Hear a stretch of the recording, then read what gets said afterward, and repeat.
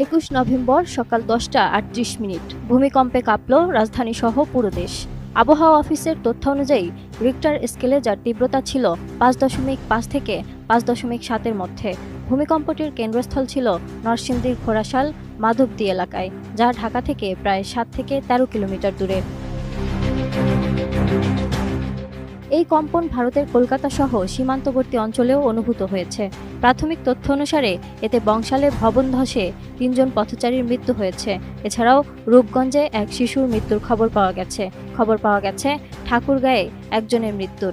এ সময় অনেকেই ভবন থেকে লাফিয়ে পড়ার সময় আহত হয়েছেন। বড় ধরনের আর কোনো ক্ষয়ক্ষতির খবর এখনও নিশ্চিত হয়নি। সরকারি সূত্র এবং আবহাওয়া অধিদপ্তরের ভূমিকম্প পর্যবেক্ষণ কেন্দ্র এটিকে মধ্যম মাত্রার ভূমিকম্প হিসেবে শ্রেণীবদ্ধ করেছে। ভূমিকম্পের মতো প্রাকৃতিক দুর্যোগে দ্রুত এবং সঠিক পদক্ষেপ জীবন রক্ষা করতে পারে। চলুন জেনে নেওয়া যাক ভূমিকম্পের আগে পরে কী করণীয়। বিশেষজ্ঞরা বলছেন, ভূমিকম্পের সময় পরিবারের সকল সদস্যের সাথে আলোচনা করে একটি জরুরি পরিকল্পনা করা উচিত। কোথায় মিলিত হবেন, কার কাছে যাবেন, এসব নির্ধারণ করা উচিত।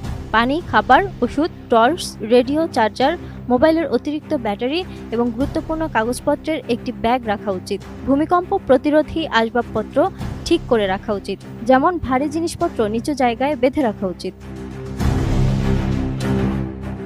রোজকার সাধারণ খাবার এখন হবে অসাধারণ। প্রাণ স্বাদের মশলা, স্বাদ বাড়ায়, ঘ্রাণ ছড়ায়। ভবনের কাঠামো ভূমিকম্প সহনশীল কিনা চেক করতে হবে। বিশেষ করে ঢাকার মতো ঘন বসতিপূর্ণ এলাকায় এটি জরুরি।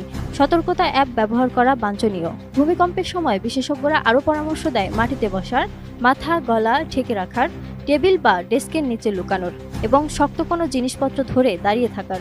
লিফট ব্যবহার না করার পরামর্শ দিয়ে থাকেন বিশেষজ্ঞরা।